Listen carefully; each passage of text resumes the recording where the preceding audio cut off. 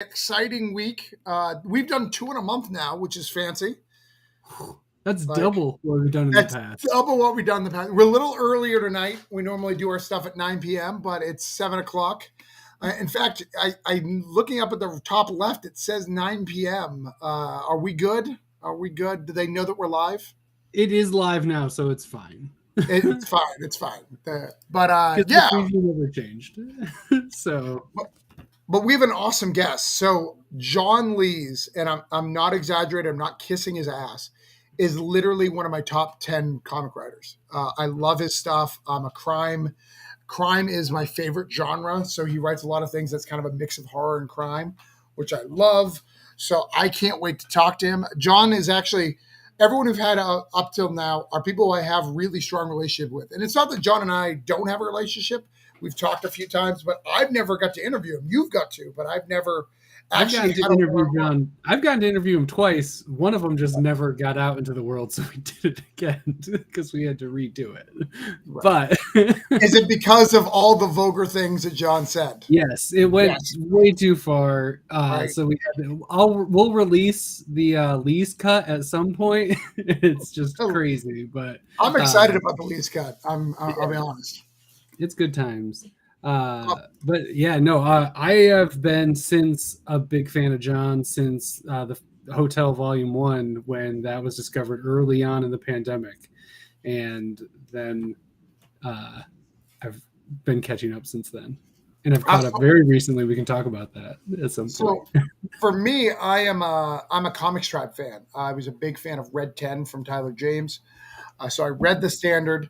I mean, back in the day, I was like, John Lees is the lesser, right? Tyler James is the big comic writer, and he hasn't written a comic in years. I think the last thing was Nightwolf. He wrote a 4-pager with me, where John Lees is pumping out 2 or 3 books a year, like killing it. Working with AWA, also awesome stuff. But yeah. So a couple of things, just so I don't forget. Coins of Judas. I normally don't talk about my stuff, but I'm just going to let people know that comes out on the 18th. So that's this Wednesday. So make sure you pick it up. I've got it right there. Make sure you pick that up. And then Granite State Punk orders are at the end of this week. So make sure you order Granite State Punk. It's a good book. I'm a little biased, but order it. But Yeah, do that. I'm ready to level up, Todd. Are you ready to level up? I've been waiting for so long to level up. Let's do it. Sick of Level grinding? up. This is Comic Level Up. It's the intro.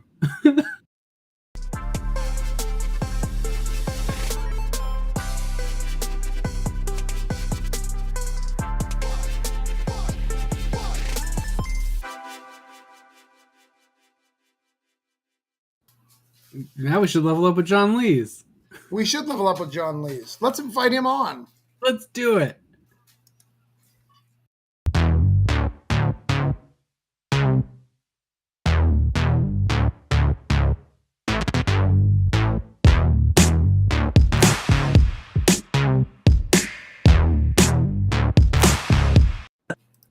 Wow, that was Hey. impressive. Well, literally, like, if this was like, an award show or something, I came on to like walk on stage like twice, then another bit of music's played off, and I've had to kind of step back again. You're like, oh, it's not my cue yet. Almost. Hey, welcome to the show. Hi, yeah, hello. Just like I was listening on that wee intro there, like I'm quite, upset about your mischaracterization of that first cancelled show. You told me it was because of like the intense sexual chemistry was just too much and everything. I had to kind of like dial back for the repeat viewing. Yeah, I mean, you can have both. It can be both of those things. But yeah, thanks for having me back on. I'm really pleased to be chatting with you and Travis. Travis, we've been sort of social media pals going way back, but I think we've only ever communicated through like the written word rather than like interview style. So it's nice to like have a chat in an interview format. Yeah, I'm excited about it, and I'm happy that to talk to you. I have a love for anything Scotland because I'm a huge Highlander fan. So I need to know before we start this because it is going to affect everything going forward. Do you like Duncan or do you like Connor for the Highlander? Which is your Highlander? I am. Well, it's been long enough since I've seen Highlander that I can't remember the names, but Christopher Lambert is my Christopher favorite Lambert. over, All right, you know, all right. Is that Duncan? No, that's Connor. Connor, Connor McLeod is Christopher Lambert, and Duncan is Antonio Banderas. No, wait, that's not right. Adrian Paul, not Antonio Banderas. I was chirped in. I'm like, what? Like the Highlander? I can't remember. That is Mr. Watch those movies. They both have long ponytails, so therefore they're basically the same person. Yeah. But no, I'm very much like the OG. For me, like obviously when you're in Scotland, like you know, Highland is like a fascinating like curio of a film, where you have like you know, a Frenchman playing a Scotsman and a Scotsman playing like an Egyptian Spaniard. You know, it's quite, you know, and none of them bothered to change their accent, so it's even better. Yeah, so I was obsessed with Highlander. Like, I know I just made that joke, but I'm not kidding. I wore all black in a trench coat. You know, anything to guarantee. You decapitated people in the street. I did not do that. But I just muttering to yourself. There could be only one. Big fan. Yeah. I played while everyone else was playing Magic the Gathering, I was playing Highlander the card game. Like with people, like I was hardcore. By yourself? You have a lot of no. With? No, I played. The only time I ever gave it up. There could only be one remember, so if there's more than one person playing it, then it's too much. It's too much. But I gave it up for Vampire, you know, because I saw Goth Girls. I was like, I like that better. But it's better than you get to keep the long hair and the swords and like the dark clothes, but then you also had like like Goth Vampire Girls.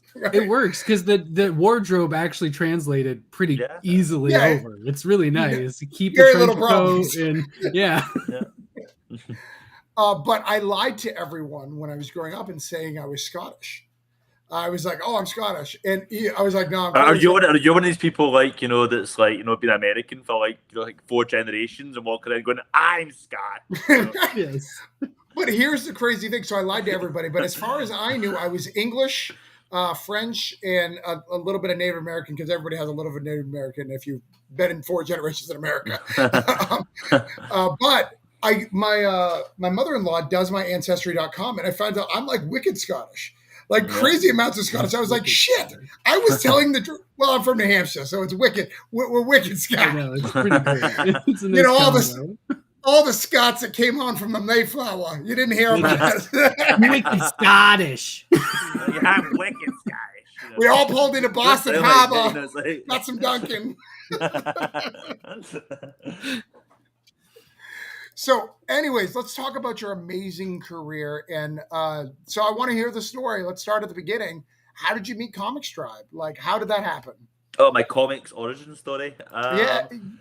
Well, the way it started out for me, like, you know, in comics was probably going way back to, like, probably have to go back to, like, 2008, 2009, where, like, I'd graduated from university. I did film studies at university, and I was going to do, like, a short film. And I had like the script ready, and I was starting to do prepping that. Then that kind of all fell apart. Like I lost the location, lost all various elements. So I was kind of at a loose end about what am I going to do now. And a friend of mine who was an artist said like, and we kind of like one of the main things that we had like you know as part of our friendship, you know, and still is we were like the only 2 people like you know like me and you in person that actually like liked comics. So we'd meet up and we'd swap comics and we'd do all this stuff. And so he said to me, I want to draw a comic, can you write it? And I'd always wanted to be a writer, and I'd always liked comics. I'd never put the 2 together, like you could write comics. But then like when I looked at it, I sort of read up in the whole process of writing comics, and it was actually quite fascinating, like the structure of it, the limitations of it. Like, you know, I thought it was like a really interesting medium. And my friend had this idea of doing a really kind of indie, lo-fi kind of like noir story, but they had this kind of like scratchy charcoal style, very expressionistic, you know, and moody, and like they wanted me to write something for that. But I then went and wrote like the standard issue 1, which was the first one. Totally different from what they were looking for. And so they were like, you know, I don't think this is going to work. Maybe we should just, you know, leave it. But I had the script, you know, after writing it. And then I noticed there was a website called Project Fanboy, and Stephen Forbes, the editor, had a column on it called The Proving Grounds, which later migrated over to Comics Tribe, but the first it was on Project Fanboy. And as part of this, The Proving Grounds, Stephen Forbes would like review scripts to people sent him, and they'd usually just like tear them apart like viciously, like Simon Cowell style, like like this is terrible, go get a job as an accountant, like what you doing, and it was. So I was reading these, and I was thinking, well, I've got this one script that I've just written and put in a drawer. It'd be quite interesting to kind of like submit this and just see where I'm going wrong. So I submitted it. And I actually messaged, Stephen Forbes first, and I was like, don't kill me. And he's like, and I still remember his first interaction, his email. He said, "I'm not an ogre." I'm not 100% sure if that's true, but like, he did convince me enough, And he's like, what you should do is before you submit your script, read through my kind of how-to series, and because he had another column called Bolts and Nuts, which is kind of like how-to for making comics. He said, go read through that, and then submit your script after doing that. So I did. I went and read through Bolts and Nuts, and it kind of taught me a lot about how to make comics. And there's a lot of stuff in there that I still apply to my scripts to this day, like 12 years later. And then I made some changes, and then I submitted the issue 1 of the Standard to the Proving Grounds. And when it finally came time for my script to be up, I actually got a positive review, and I was like, "Oh my god, thank God! This is the first kind of positive review I've seen in the Proving Grounds." And he was really kind of quite he had some notes and some things he'd changed, but it was overall very positive and complimentary. And he wrote at the end of it, "This is the first script for the Proving Grounds where once I'd finished the 5-page excerpt, for the purposes of the column, I kept on reading to the end because I wanted to see what happened next." And then afterwards, he messaged me privately, and he's like, "I think you could probably make this into a comic, So I brought him on board as an editor because I knew nothing about making comics, and we started working on making the Standard. It was a kind of long process trying to find artists, but we eventually found, after a couple of misfires, we settled on Jonathan Rector. And for anyone who doesn't know, the Standard is a kind of superhero comic about a superhero from the 1960s who gets old and retires and becomes a chemistry teacher. Then he has to come out of retirement in the present day to investigate the death of his former sidekick. So yeah, that's it was a 6-issue series, which in hindsight it was insane to start my comics career with a 6-issue series. But but I did it. I jumped in at the deep end and kind of learned how to make comics essentially from doing this book. And after I'd written it all, Jonathan had started on art. Once I'd finished scripting it, Stephen said to me, "Well, now you've got a choice. Either we can start pitching this around to various publishers and see where it lands, see if we can get any traction. If you want to do that route, I'll happily take that route with you." The other option is my friend Tyler James is just launching up a new imprint called Comics Tribe. And he said the idea of this is going to be that we start off, we're going to have a website, we're going to have creator tools and resources for comics creators, and then we're going to kind of from there transition into releasing comics of our own. And they had a kind of launch lineup. They had the Red 10, they had Joe Mulvey's Scam, they had a book that Stephen was doing called Runners, and they had Epic also from Tyler James, and they wanted the Standard to join that lineup. And it seemed to fit quite nicely because the indie comics landscape at that time, it was quite hard to get a sort of indie superhero book up and running at that stage. But here was a publisher where pretty much everything they were doing was kind of clever revisionist takes on superheroes with various twists. And I thought this fits in nicely with this lineup. So I thought, yeah, maybe it's kind of going in it's not a big publisher, but it's jumping into the ground floor and it's been part of something, and it's with people who are invested and care about you. And so yeah, I jumped on board, Comics Tribe just as we were starting up. And yeah, I remember I went to their first New York Comic Con, I think it was, in 2011. And I was there. I travelled to America. Literally, the first ever comic convention I did was a tiny little comic mart in Glasgow University in a kind of single hall where I sat there with 5 other tables of creators. And most of the day, it was just students walking into the room, thinking it was free beer, finding out there was no beer and leaving. So that I went from that, and that was let's say the end of September. Then the second convention I ever did 1 week later was New York Comic Con. So wow. Yeah, it was a bit of an adjustment, but Yeah, so like it was like, yeah, so that's how I kind of paired up with Comics Tribe, and the rest is history. Like I did the standard with them, and I did a whole bunch of other stuff. And yes, this is indeed Golden Burrito Award winner John Lee's. I'm gonna have that. I'll have that put in my headstone. Highest honor in comics. Yeah, I also have one. yeah, I have that It's written on my true. ceiling. So when I wake up in the morning, I'm like, "You're a Golden Burrito Award Nice. winner." The rest of this day is going to be misery. But you can at least start off with Golden Burrito Award winner. Start every morning with a golden burrito.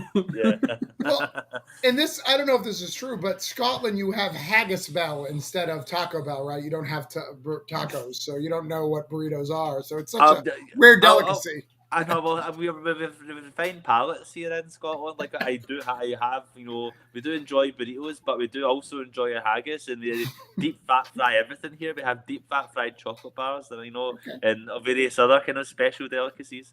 But don't knock it. Haggis is delish. I've had good haggis before.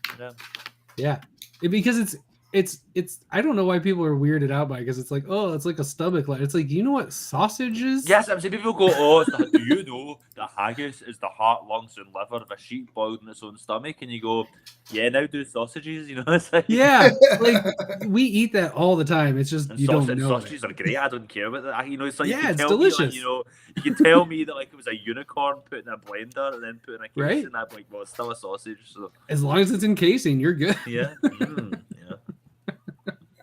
So for you, for my path for you, because where Todd hasn't even discovered you in the Comics Tribe, I have, because I met Tyler James at Boston Comic Con, and he handed me Red 10, and I laughed at him. Respectfully, I was like, there's no way you're putting out 10 issues. I was like, there's no way. And he did. It took him a long time. But he did. So I had followed you through that, and I bought Epic, and I bought Standard when it came out, and then I bought the Emily, and I bought all your Comics Tribe stuff, and then I lost track of you, and I don't even think I knew you were the writer of all of them. You were just like many people, right? We read books and we like the books, but we don't know who the writer is. And then the Blue Van tour was appearing on my Twitter feed on the regular. Because you guys were coming to Jetpack Comics. I don't know if Tyler went, who went to that, because I don't even live in New Hampshire. I was living in Orlando at the time. But it was everywhere. I was like, what the hell is this? And that's when I picked up Sync, and it was literally the best book I read that year. And my favorite book to pick up every time it comes out. Top and Stack, love Sync, love it more than anything. Tell us about that creation and what that's all about. Well, first off, when you mentioned Tyler and the 10 issues of Red 10, I will say kudos to Tyler. That is a hell of an achievement, getting out 10 issues of that book, And I actually remember, I was at New York Comic Con when they'd finished that series, and I was like, I just spotted those lovely hardcovers of Sync nicely. Nice. So pretty. I remember saying, what now? Like, you finished the Red 10, like, what happens next? And it was like, it was a bit like looking at like Frodo once he's returned to the Shire after did they send in the ring to Mount Doom? You can't really go. So every time I talk to him, now you have to come up with the next thing, Tyler. But yeah, before we jump to Sync, I should also briefly mention, I mentioned the Standard, but my next book after that was And Then Emily Was Gone, also through Comics Tribe. And that was isn't that, but it's so good. It's so good. It's funny because that was like, I did that with Ian Laurie, and also he's a Scottish artist. And when we came up with that, we actually came up with that. We were specifically thinking, let's just do something that's just for us, that we can maybe sell at a couple of wee shows in Glasgow. It's going to be too weird for anybody else. But then through a various of circumstances, Comics Tribe ended up picking it up, and it went, big. And the Standard, which had been the book that we had all these high hopes for, ended up not doing too well in the direct market. But When Emily Was Gone, which is this weird little kind of creepy Lynchian horror set in this small island, right. Weird is an understatement. And this book, ended up being a big breakout hit, which we had, because we thought it was going to be just this our wee thing, but it ended up really breaking out and really found an audience. And that was the first time I really experienced, other creators kind of noticing our stuff and, publishers taking notice. And so, yeah, that was a real fun experience from there. Then, that for a while, that was what I was best known for. And the kind of cool thing is that even like coming up in 10 years after that book first came out, people still mention it, which is great. But yeah, like after that, like, you know, the next big kind of like level up to get back into the title was like when Sync came out. And Sync was one of these books where I'd had the idea in my head for quite a while of like, you know, like Scalp was my favourite comic at the time. It still is one of my favourite comics. And I had the idea of like I wanted to do like my own epic, which is like, you know, I'm just gonna keep on talking so we don't notice that Todd's like, you know, made a mess of himself. What? I'm not sure if he's No. peed himself or spilled a drink or what. But I did both. He got so excited about Why not? that he just like, you know, peed everywhere. All right.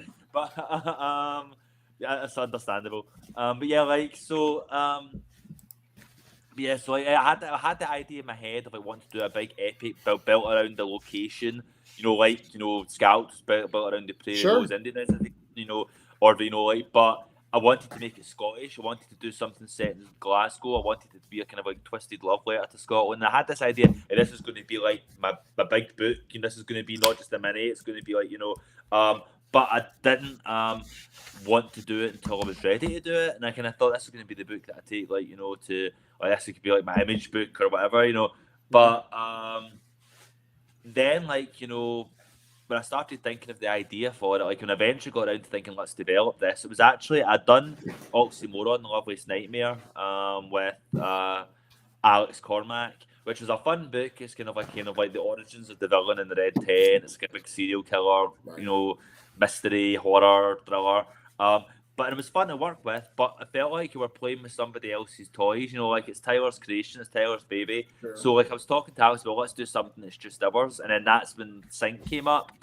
And like it turns out like, you know, that is like, you know, a hard book to pitch because like essentially Sync is it's a kind of like hard-boiled horror crime series, kind of like set in this kind of like run-down, nightmarish district of Glasgow called Sink Hill, and there's no real, you know, like it's largely one-shots. Like each issue is its own standalone story. It's gradually taking shape into a bigger narrative, but it's hard to pitch that. So like the pitch, we made a little pitch book which had lots of various mini pitches for each of the individual issues, but no publisher really bit at the time, and like, you know, like Comics Tribe, who'd been really supportive. Like I talked to Tyler about it, and he was like, "Yeah, I have ideas for how we could do this."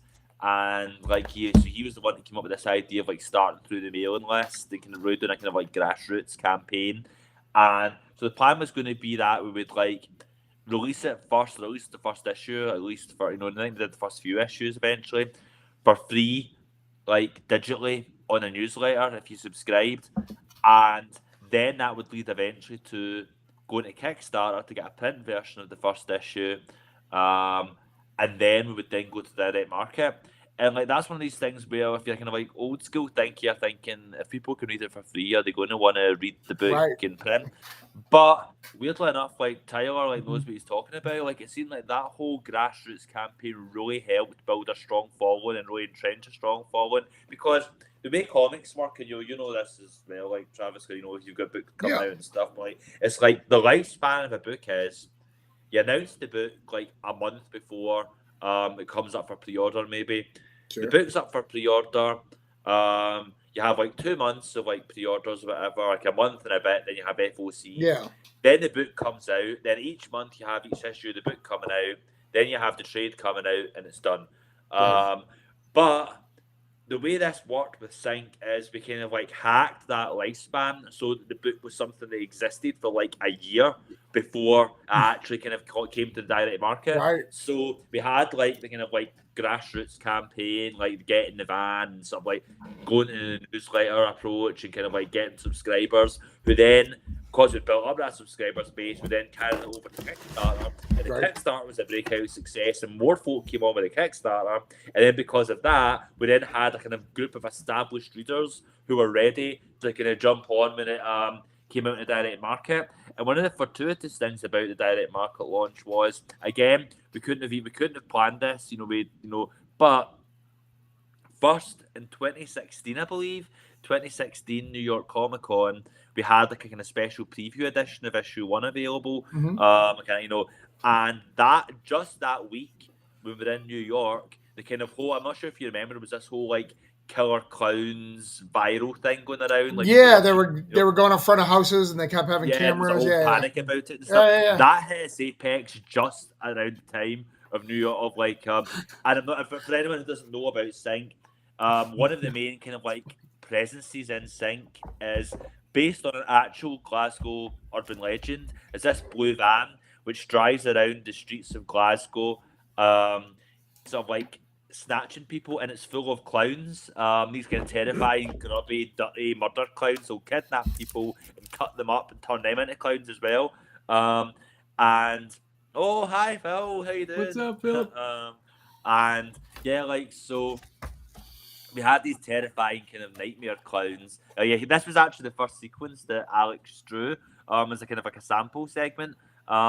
Inspired by Mulholland Drive and the kind of man behind Winkies. Yeah. But yeah, so like, the next page is a little different. Yeah, a little bit. But yeah, like,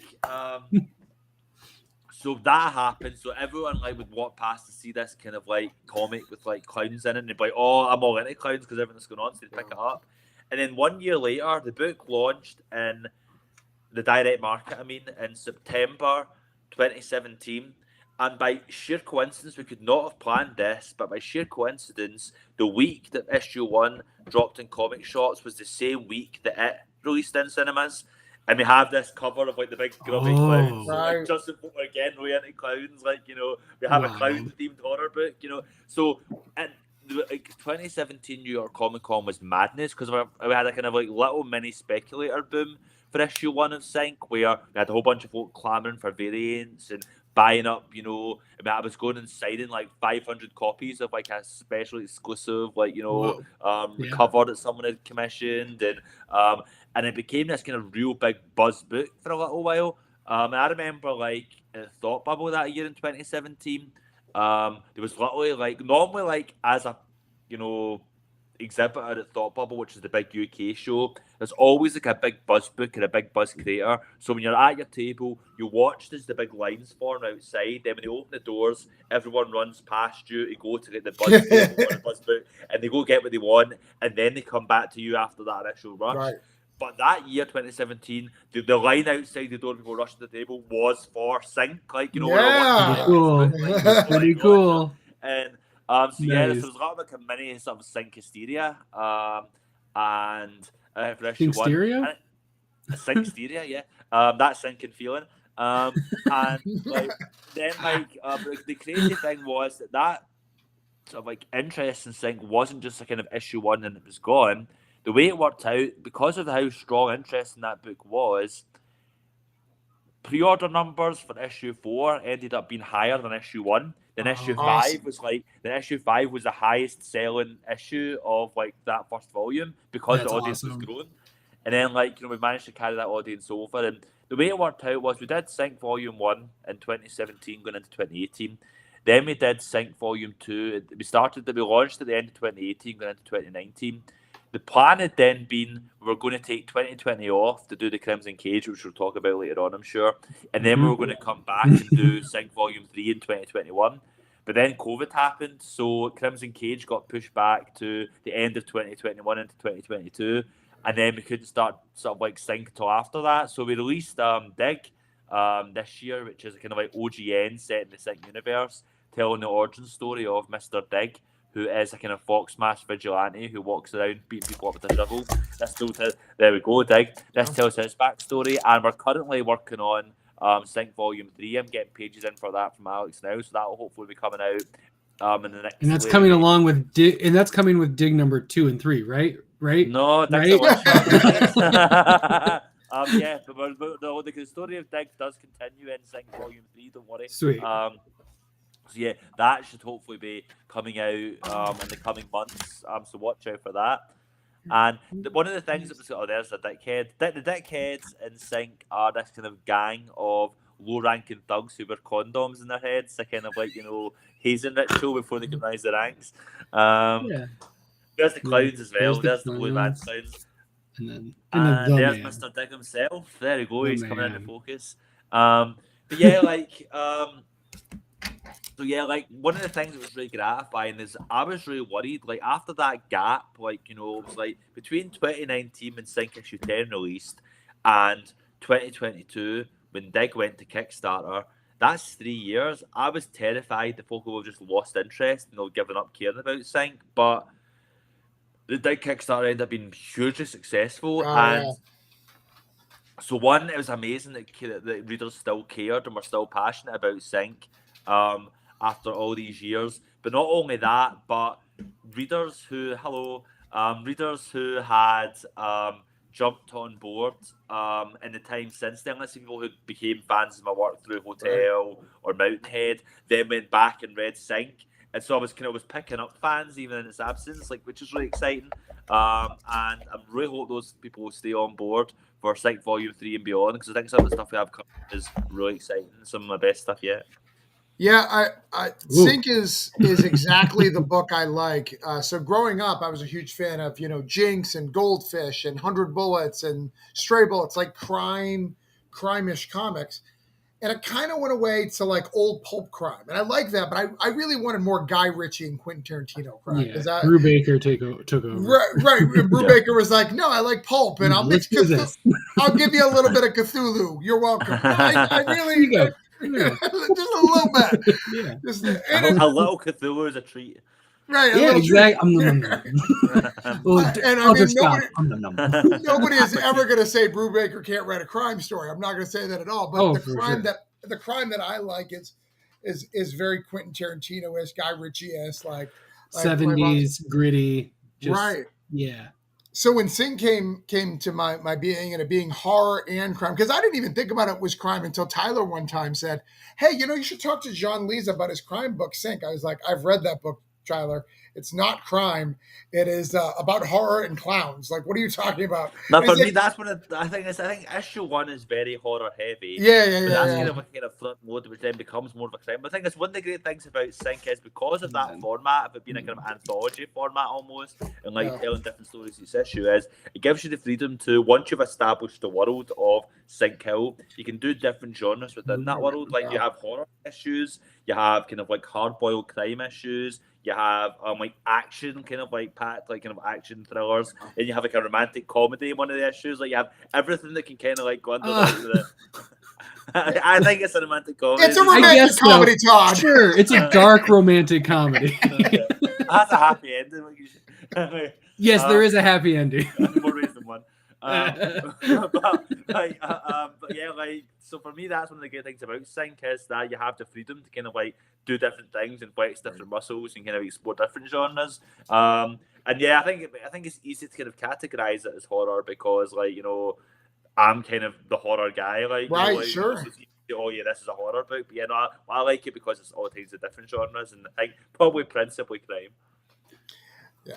Well, and we're going to go to AWA stuff in a minute, but in between that, you did one of my favorite series. So I grew up in Rochester, New Hampshire, which is right next to Dover, New Hampshire, which is where those 4 beautiful turtles were made. So you got to write a short. That's ready for yeah. And Ninja Turtle, you're like, that's not where I thought you were going. You got to write a short in Tales of Demon, and you did not write a single Ninja Turtle in it, I think. Maybe there was a flashback in a second. No, it was not. Michelangelo was in it. Oh, you're right. Okay. Yeah, it was like a one-shot issue, right? Yeah, so tell us about that. No, the way it worked out was, like, I'd got to know Nick Pitara a little bit, because he was a big cheerleader for when Emily was gone. And they'd asked Nick to do a kind of story for Teenage Mutant Ninja Turtles Universe, which was kind of spin-off series where you'd have like stories outside the main. Well, it was in continuity, but it was outside the main storyline. Essentially, we could kind of like expand the world and build up stuff. So they said, like, do you want to do a story, Nick? And he's like, I'll do it if John Lees can write it. And I'm sure IDW are like, who the fuck's John Lees? What? You say that, but Joe Mulvey did one too. So I think they were targeting a comics tribe. But yeah, like, so that came on board, and like, so like Nick was like, what do you want to do? We talked about a couple of, like, we wanted to kind of like introduce a character that hadn't been in the IDW, because the IDW Turtles series, like, you know, is really well done because it takes all these things like the animated series, the movies, the storyline, and it puts it into all this big cohesive continuity, and it's really well done. And it was like, so we wanted to kind of like see if we could find something like that hadn't been used yet, and call it and invent it and put it into the world essentially. So we ended up looking. We found like Worm, who is this kind of giant tapeworm, who was an action figure who was deemed too frightening to be included in the animated series. He ended up showing up in the Archie comics at one point, but we thought we were going to do our version of him. So while the old version was a giant tapeworm, our version is multiple small tapeworms who kind of like come together, kind of hive consciousness to form like a big giant like worm. And I hope, like, what we were going for is like, we wanted to kind of make this feel like this was pre-synced. So what we were talking about was we wanted this to feel like a Turtles comic from the writer of An Emily Was Gone. We wanted this to be like the scariest, like, you know, like child-friendly Turtles comic that you can imagine. So yeah, like we have like, you know, it's this really dark kind of like pursuit story of like, you know, Michelangelo and the sewers investigating like missing people who've been getting snatched up by this creature. And obviously the Turtles like has all this, you know, like in general, but also particularly in the IDW series, have all these themes of family and like found family and community. And like Worm doesn't have any of that. Like Worm is his own family. Like, you know, he has everything he needs. And the way Nick drew him was, he has all these bits of junk and stuff that he collects onto himself as well, and becomes part of this mass as like a hoarder. And for me, I wanted to do like, you know, it's like the crocodile in Peter Pan, you know, with the tick, tick, tick, tick, tick, like, you know, like, you know, we incorporated like something like a kind of device akin to that into like, you know, the book as well. But instead of like the tick, tick, tick, because you don't have sounds in comics, we had this red balloon, which is tied on him, which is floating around when he's near. And yeah, it was a really fun issue to do. And the great thing is that we did that issue, we did one and done, and that was it. But every so often, like, you know, I'll see, like, you know, in a Turtles message board or whatever, let's say, like, there's some new storyline and there's, like, some mystery villain who's been introduced or whatever. Folk will be like, oh, I wonder if it's Worm coming back. Like, you know, like, we like, introduce someone into the continuity, and then other writers can, like, pick them up and use them if they want, which I think is really cool to kind of contribute to that tapestry. Is a Scottish accent you're hearing? Yeah, Annie's Scottish. All right, good to know. Yeah, I hunted that down after I heard about it. I was like, oh, John Lees wrote Ninja Turtles. I have to hunt this down. And then Mulvey wrote it. I said, no, Richard Mulvey wrote one, right? Or Richard Dueck. Oh no, you've brundled. I've got them all together. I've got 5 names together. Yeah, Rich Dueck is a writer. Rich Dueck, yes, an artist who Rich Dueck often works with. As I say, you've kind of like merged them into one. They're one people. They're one people. They're like the worm. They're family. They've been wormed. Rich Dueck is who you're thinking of. He wrote a story for Turtles as well, which was a very good one. He's a great writer. Also, a big fan of Rich and a good friend of his as well. He has some good IDW stuff too. He does indeed. We've had him on, and I love him. Which, speaking of IDW stuff, let's talk about it. Along with Turtles, before we move over to AWA, because I'm going to spend most of my time wanting to talk to you about the AWA stuff. But yeah, like Turtles was kind of like gateway into doing Mountainhead. Like the way that started off was I'm a big fan of Ryan Lee. I think he's an amazing artist. I think he's a genius. Yeah. Like you look at his stuff and like it's like nothing else, you know, out there. And I remember I met him for the first time at C2E2 in Chicago in 2016. And I was meeting him, I was thinking, I would love to work with Ryan, like, you know, but I bet he's too busy. And it was Ryan who then, like, so when I met him for the first time, Ryan said to me, we have to come up with something to work on together, like, you know, like, come up with something for me. Like, and I was like, yes, because I was about to have to ask him, you know, that he's asked me first. You know, that's great, I can play it cool. If you think so, Ryan, if you're sure.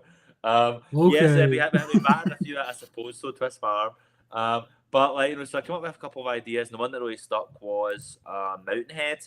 And like for years, I'd had this kind of like hook for a story in my head, which was informed by various like, you know, real life stories, like the story of like Stephen Stainer, who was this missing kid in the 1980s, you know, or like that documentary that, you know, is it called The Chain? No, is it The Changeling?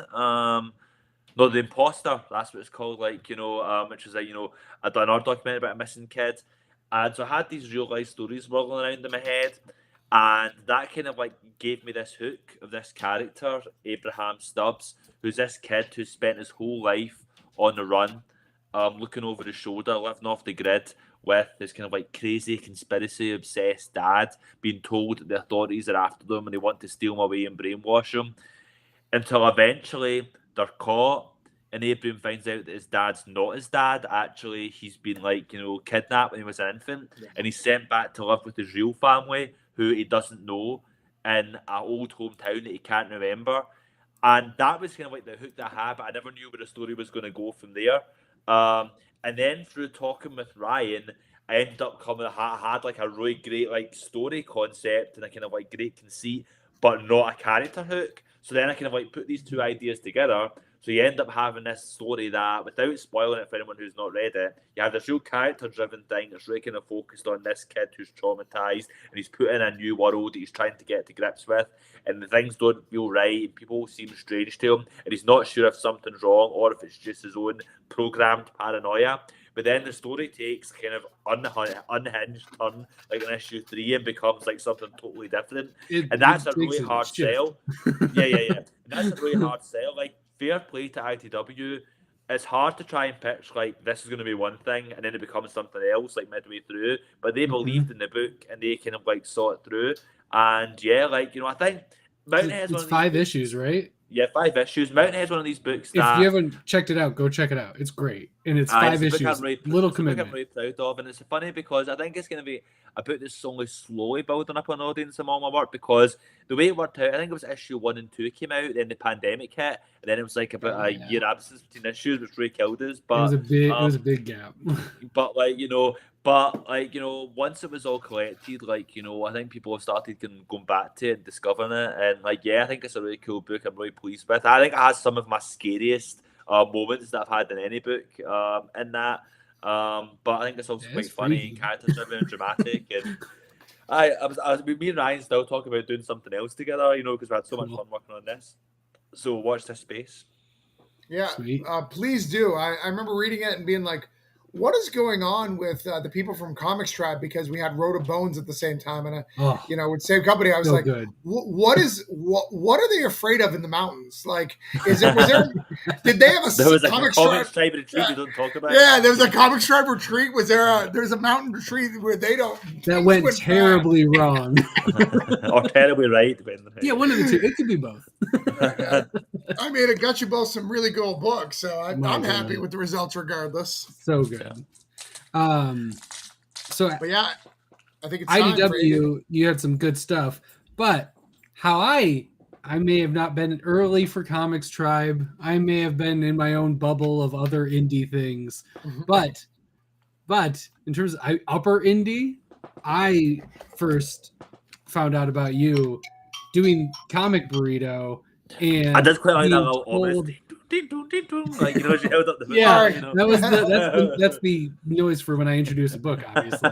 I was on a live stream for Comic Burrito and someone randomly went, "Hey, you should really read Hotel if you like horror books." This is volume 2. This didn't come out then. But volume 1 did. And thank you, Nat. I'll always be eternally grateful for you recommending this book. And then I was going to ask, was it me? is Nat. And she was just like, "This is my favorite book right now. You should read it." And I was like, "Okay, cool." And then I saw it was like $9.99 to grab it for the first volume. I'm like, I'm for sure going to read it. And then I read it and went, that could have been $21.99 and I would have been pleased. Damn it, I should have known that. We should have been yeah. You tell AWA next time. Congratulations, you played yourself. Yes. It was Comic Burrito's #1 horror book. That when we did our countdown, it got a golden burrito for I believe best story, best short or something, one of those. It's been a while. It's been a pandemic since then. Yeah. And thanks for supporting it in the store. Danny Morales is he runs a store in Orlando called The Collective. Does a lot of indie stuff. and loves it. So. Yeah, thank you very these much. two books are incredible, and I adore them. I've been outspoken about that for a while now. What was where did this come from? I obviously because this was a different creative team for you too, right? Yeah, When this started, this was a whole different process, like, you know, for me. Like, you know, but the way Hotel started was I'd actually started with, I was like, Axel Alonso followed me on Twitter. And originally I thought it was like a joke account and it was like pretending to be Axel Alonso. I looked back and it actually was Axel Alonso, so like I followed him back thinking, oh, that's cool. Then like a short while later he kind of DM'd me and he's like, you know, sort of like said that he was a big fan of Sync, you know, and would I want to have a conversation about possibly working together on something. This was before AWA been announced or anything like that. So I said, like, no, that'd be cool. I said, you know, I'm away to New York for New York Comic Con, but when I'm back home, we can maybe have a Skype call. And he's like, I'm going to New York Comic Con as well. We could meet up. So I ended up that year, I think that was 2018. And that year I had my most important meeting, like, you know, of the week before the convention even started. Like, I think it was on like the Tuesday. And like Axel took me to lunch. And it was like a particularly like roasting day. Like for whatever reason that year, like October, like was roasting hot, especially for a Scotsman. Like it was like really hot. Like so, I was out and walking around, and I was a sweating pig. So I had to kind of rush back for a quick change. So I wasn't like I didn't like I wasn't like I was nerves from like me next. just flop like, sweating. Hi. So like I went back. So I went like, you know, then we went to dinner or lunch, and like, you know, he was telling me about like, you know, that they're launching a new publisher and they're looking for exciting new creators, blah blah blah. He said that like he really loved Sync, and he's like, so he was talking like, you know, about, you know, any pictures you have, send them to us, you know, or like come up with something new for us. We want to come up with something like for you to work on, and this was a totally different experience for me. Like, you know, in terms of normally what happens is I'll come up with but what used to happen was I would come up with a pitch on my own. I'd get a creative team together, we'd make the comic or make pitch pages, and then we'd desperately try and like, you know, harass some publisher to try and like put it out for us. And normally what would happen is every publisher would ignore us or say no, and then like Comics Tribe would publish us. You know, and Tyler's open about that. Tyler's always said, like, you know, go to every other publisher first. If no one else will take you that real publisher, just come home. Bring it here. Yeah, Just come get home. over here. Big hug. We got you. But like, you know, like what, and like, and it's, yeah, like for me, it was actually the point where when people started saying no to me, I felt I was making progress. Like they actually care enough about me that they're actually going to reply and tell me to piss off. Ooh, but like, that's nice. but for me, it's like. This is a kind of analogy I've given a lot, so forgive me. I think I may have given it to you already, Todd. Like, you know, but I'll say it again just in case. Like, you know, but for me, like making comics is like having a baby, where like, you know, you love it, you take a part of yourself and you put it into something new, and like you're proud of it and you want the best for it, like, you know, and it's like you share everything. Pitching a comic is like taking that baby and putting it in a hamster ball and rolling it onto the motorway and hoping it makes it to the other side intact. You can make it. Yeah, you know, and so it's such a demoralizing process, you know, like trying to kind of like email people or hustle and go, hi, you don't know me, but here's my story, publish it. So AWA this was the first for us where we were like, no, we're coming to you and we want you to make a book for us. So this was quite exciting for me. And it was like I didn't have to kind of like find an artist, I just had to kind of like write up a Word document essentially. And like basically I was trying to do my best shot. And I thought I was like pure like, you know, like picking up bits of conversation that we had with Axel. And Axel had said he would like to see like another anthology type thing because he loved the anthology format of Sync. He said he'd love something with the setting of like an old roadside hotel. And he was actually thinking like a kind of noir thing, like, you know, some kind of like, you know, but my mind immediately went to horror, like, you know, as a kind of set. I was thinking of the Bates Motel and like, you know, that kind of stuff. And the third thing he said is like, you know, it'd be great if you could put a clown in it again. And I was thinking, fuck clowns. The last thing I want to do is another story with fucking clowns. I love it. But like, you know, I like that you basically went like okay, and then put him in like the that was a least challenge. clown way possible. I That was love a it. challenge. I thought, well, how can I do a clown that's as different as possible to the clowns of Sync? So I ended up kind of like Right. doing like looking into like Commedia dell'arte, like Italian like Right. you know theatre, and like you know Yep. their clown archetype, and doing some kind of thing there with the Piero, and that kind of became that. So And hotel. Well, I put together this picture of this old roadside hotel. And the idea was it was like officially it doesn't exist. You won't find it in any map, but if you're traveling like alone down Route 66 and you're truly desperate for sanctuary or secrecy, perhaps you'll find a sign on the road saying next exit on the left. And like so, like the idea was going to be that each chapter of the comic would be like the story of a different room. And it was going to be like a Rashomon type thing where, like, you know, it's like a one big story, but you're seeing different snippets of it from different perspectives, and it all comes together.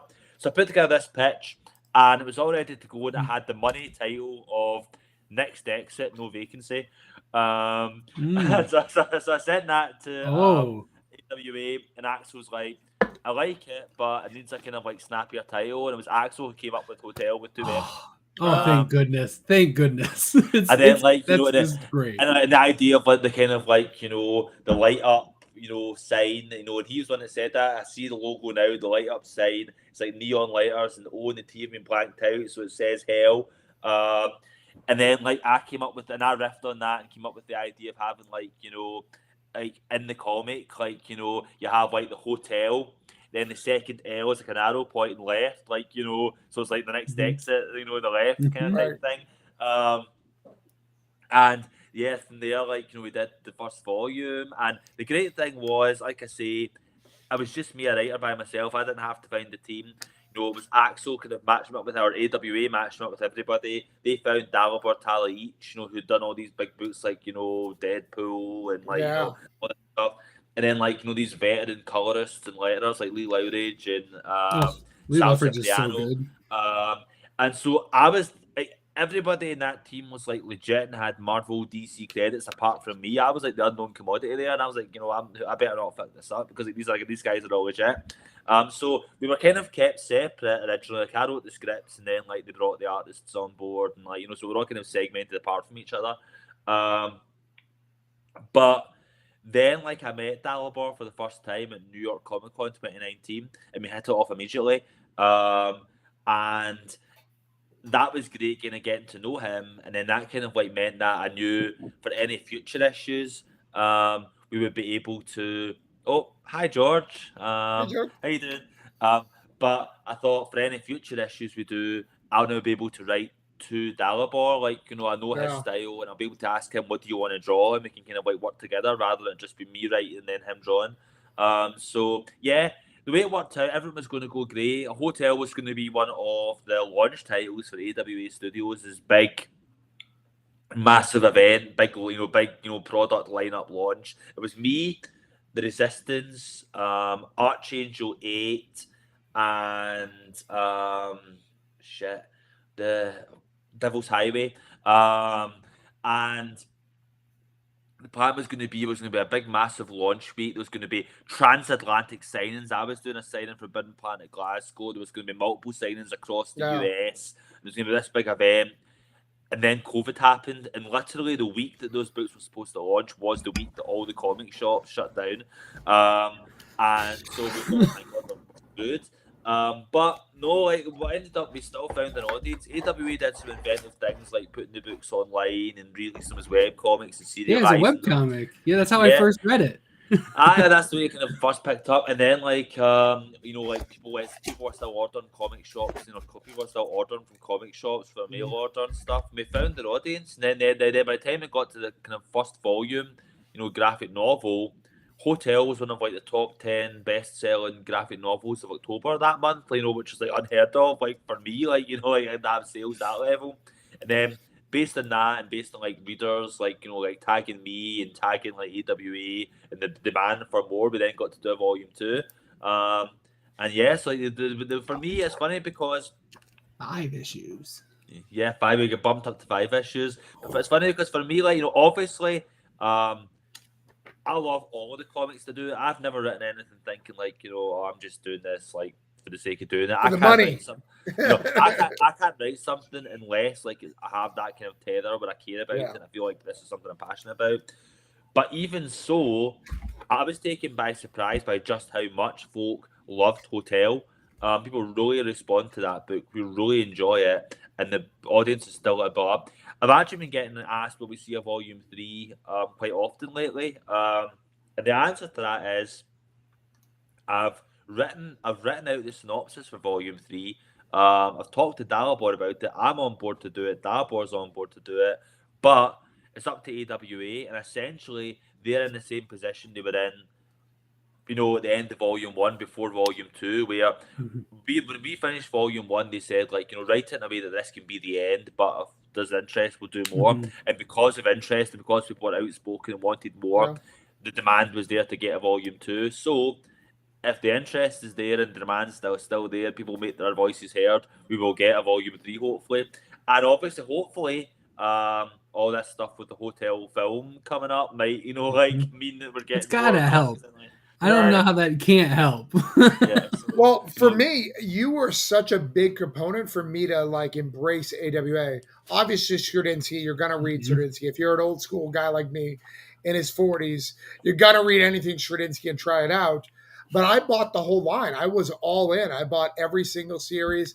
I only dropped one of the AWA series, and that was Archangel 8. I'm sorry. I was going to say, don't say which one, but I'm going to say it. I'm going to say it. If you're watching this AWA, I dropped it because I felt like it was the Punisher Angel storyline. Like someone was trying to rewrite when Punisher became an angel. Nobody liked it the first time.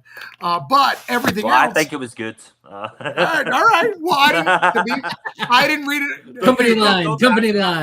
Michael Ricci's a great writer. Right, I think it was good. All I'm saying is everything that I read got volumes 2. Like Devil's Highway got Devil's number 2. The second volume just finished up. Love that. Love your volume 2. I just wish there was more of the Resistance out there. Yeah, I'm sure that that's more coming. I mean, they're always working on expanding that universe. Yeah. No, it's a wild. Like the whole company policy is so wild, right? Like it's creator owned, but it's not creator owned. Like it's crazy. Like I love what they're doing over there. And even I remember going to a comic shop the other day, and I was like, "Oh, you have the Upshot magazine version of this in black and white." I was like, "What the hell is this?" So I bought it. Because your stuff was in it, so that was kind of cool. Thank you very much. But yeah, I loved Hotel. I thought it was great. It definitely get that itch. If you were reading Sync and you haven't read Hotel, it'll fix that. It'll give you that it'll give you that itch. It'll fix that itch until you get more Sync. But it's a totally different story. It's totally different. But if the edge persists, apply the ointment of Hotel to the Sync affected area. Yes, well, and what I love, as someone who, again, you and I are both love films because you talk about films all the time. That whole archetype of a 4 rooms, we're tying it all together. At the end, 4 rooms isn't even the best example of that. It's just the first one that came in my head. The easiest example of it, though. It's the one that most people will understand. Right. Where, all these things tie together. They're part of a bigger audience you don't know. Barbarian just recently did it. That's kind of a thing where it all ties. Just watch the whole thing. But then they work individually too. You don't need to know the other stuff to enjoy the one issue, which is why it's great. That's why I love writing in that format. I love doing the kind of one-shot / anthology model because one, like you say, it means that you can pick up any issue and you can, obviously, there's a bigger story there, but you can pick up any issue and you can enjoy it. And for me, this is a kind of real hurdle that I think creator-owned comics struggle with, probably more than superhero comics. I think superhero comics, let's say I remember, when I was wanting to get back into reading Marvel, in 2010, I just walked into the comic shop and what's the latest issue of Thor? Yeah. And it was because you already know Thor as a character. It doesn't matter. What's the latest issue of Daredevil? And it was Ed Baker's Daredevil at the time, but and he's going to be blind, fighting crime, has sonar. You already know the character. Yeah, but with creator-owned comics, it's you get issue 1, and if you miss issue 1, it's well, I guess I'll wait for the trade or just never read it. Yep. And I wanted to kind of, and I like to try and fight that, like, you know, where with like hotel or sync, like, you know, I like the idea of someone can have heard good things about hotel, and they can walk into the shop and they can pick up like sync issue 4 Yep. or hotel issue 3, Right. you know, and maybe they'll Three's want to go great. back and That's a read the good rest one. of the series, but they can pick up that comic and they'll have a good experience with it just reading that comic. And that was kind That's of like how we kept pushing it for the whole like pandemic. We were like, any random issue of Hotel you find, literally just grab it. It doesn't matter. Just get it. Because I do think, like, you know, that's something that's quite important to me. Even it's something I try and carry over, even in, like, you know, my more serialized stories, we need to read the whole thing. Like, where I think that, you know, each comic should be a worthwhile product in itself, whether it be a standalone story or as a meaty chapter of it, because like people are paying money for that book, so it has to be worthwhile as an entity in its own right. Yep. 100%. Yeah, you know, Hotel, I don't want to go too much into it because I want to spoil treasures, but like you threw me for a whole loop. I was like, I think the Hotel's good. Oh wait, no, it's not good. No, it's good. Like I think it could be good. Maybe it might matter about who you are and if you're right. I mean, honestly, like, you know, I won't go too far in it because, like I said, I don't know if it's ever going to happen. But for me, like, I almost feel like the Hotel's like too cuddly now by the end of season 2. Like, I want to make it really nasty again. So that's that's the direction of the Glow come Volume 3. I like that. It felt like it had a personality because you're like, first when you're like, it don't give a fuck who you are. You're just sorry, buddy. Sucks to suck. And the second one, it's interesting. I like that it's different and it's fickle. And well, the way we talk about it is the way the hotel works, the way Pierrot Courts works is when you go there, when you're drawn there or you're brought there, you're presented with a test. Like, you know, you have to confront your own demon, right. And either you'll pass that test or you'll fail that test. And that doesn't necessarily mean often that can mean, like, you know, it's some horrible bastard who gets his comeuppance, you know, because he's failed the test, you know. But sometimes you can be a good person, like, you know, right. but you still can't overcome your demons. Like, again, without like when you're not like the perfect dad. And you're just like not the best dad. Yeah. I'm like, man. The example that I give is issue 3 of Hotel, which is probably still like the scariest thing I've ever written. This is about like a kind of woman who's searching for her missing sister, who was supposedly abducted by a serial killer, and both the sister and the serial killer were both last seen at this hotel and both went missing. Like, you know, this hotel doesn't exist, so she's been looking for it for years.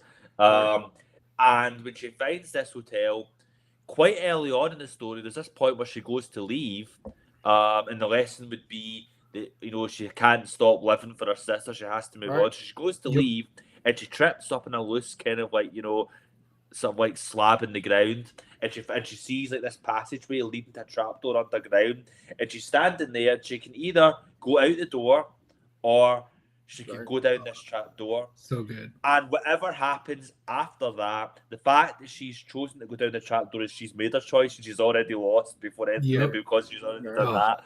And so that's kind of like the idea that I have in my head, that everybody that goes there is given some kind of test, and maybe it's not a fair test and it doesn't feel fair to a human. Sometimes it's real mean. But so maybe like by a human level it might feel petty or unfair or cruel, but in the grand scheme of things, like, it's fair.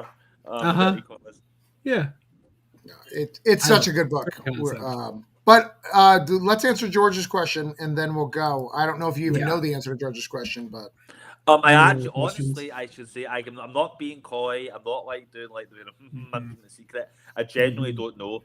Right now, all I know, I'm just kind of like pretty much excited observer at this stage. I know that Elle Callahan is writing and directing it. I know that she's working on the script. Elle Callahan is a talented filmmaker who made a movie called Headcount, which I believe is on Shudder still. Worth watching. It's really fun. And I know she's working on the script. I know it's based on, like, you know, the world of Hotel, and, like, you know, it's like set in the same. I don't know, like, if it's going to be adapting my stories or riffing on different stories. You know, it's a rom-com. You know, but like, so for me, like, but I don't really mind that much. Like, for me, like, I don't want it just to be like a word for word translation of like what's in the Right. page, because that's not interesting. I think for me, it's quite cool to see like someone new come in and be like, well, I'm going to take this idea and I'm going to do my own spin on it. And the good Yeah. thing about Hotel is the very nature of the series means that you can do any kind of number of Mhm. stories, like Anything. and they can work as their own thing, and the comic can work as its own thing. So yeah, I'm excited Yep. to see what happens, and like hopefully like as it develops, I'll hopefully find out more and kind of find out more about the process. But right now, whatever happens, I'm excited to see where it goes. If it's so far off the reservation, you can just say it was like decades later. The hotel changed, and it's just like, it's just how it goes. Now, I hope it goes completely in a different direction, and then you're forced to write the adaptation. Like the old school like John adaptation. Lee's So rendition of pivot Hotel to the make it like- film. You have to pivot to all the musical numbers that were working. Yes. Right, so you have to bring it back in the movie adaptation of the thing you wrote. Yeah. I never Volume expected 3, I would aliens love to have a in it, but- musical issue, please. That would be fantastic. What I'm about starring music? Gerard Butler, so it'll be great. It'll be just Gerard Butler. Yeah, fat Gerard Butler, not ripped. Oh, fat. I was like fit as Gerard Butler's just looking healthy and well fed, like yeah, he is. Hey, I love it. I love a guy who's just like, nope, I'm not doing those type of movies right now. I'm good. I'm gonna eat chicken. That's why I like off-season Vin Diesel. I'm just like, that dude can get it. Yeah, let's do it. Just cuddly. So let's talk about your love of wrestling and one of your dream books. This book is I follow your newsletter. John, by the way, if you don't follow John Lee's newsletter, please do. It's fantastic. Your pal John Lee. Idiots. He thank tells you you very all much. sorts of stuff. But yeah, tell us about Crimson Cage. Yeah, so the Crimson Cage is right from the earliest days of my comic career, going back to like the Standard Times. I had the idea in my head that I wanted to do like a comic set in the world of like 1980s territory pro wrestling. I think it's a fascinating kind of like postcard of American history and American culture, and I just love wrestling. I've always loved wrestling since I was a little kid, and I wanted like a wrestling story, but I kind of filed it away as like a one-day thing, like because I didn't have like a story yet. Like I knew I had the setting, but didn't have the story to go inside that setting.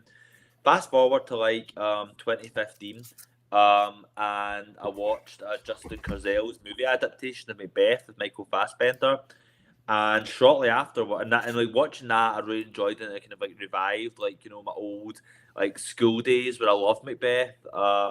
And when all the other kids hated Shakespeare, and I just couldn't wait to like read more Macbeth. I loved it. But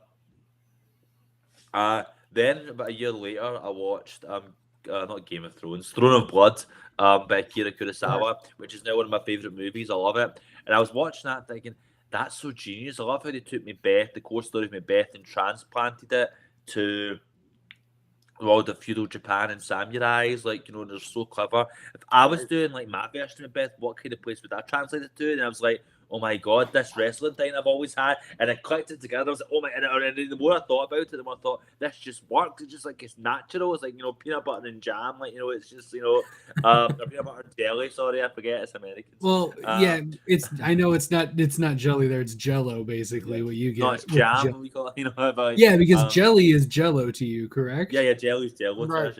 Yeah.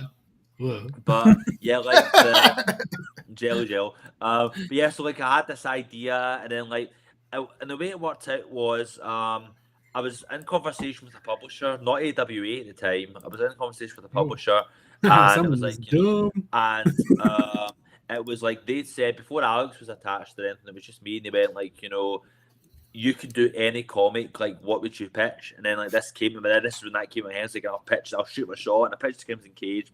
They ended up passing on it, but the idea didn't go away. And so I was talking to Alex about it at New York Comic Con, would have been New York Comic Con in 2017. And he's like, well, we should just do it. And I was like, well, we're already doing sync, and he's like, I can do them both, because Alex is a machine. So 2018, we started prepping the pitch document for it. We brought on Ashley Cormack, came on board as the colorist. That's Alex's wife, and Hassan Otsman Elhow. Fantastic job, my goodness. Yeah, the band they work great together. They're great. And then like I brought in Hassan as like the letterer, and then Hassan put together this amazing pitch package, which was like it was all designed as kind of an old kind of like wrestling program. And like and that was a big part of how we sold this book, was how good that pitch document looked. So eventually we had this pitch document put together, and then Hotel like was just starting to take off.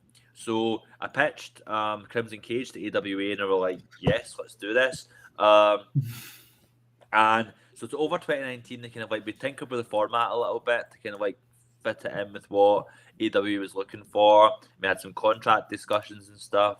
And then in February 2020, we signed the contract at last, and it was like, this is finally happening. So I messaged Alex to celebrate, and I was like, Alex, I know it's been a lot of delays, been a lot of heartache, a lot of disappointment, a lot of setbacks, but now I can proudly say that unless society as we know it falls apart, the Crimson Cage is coming out in 2020.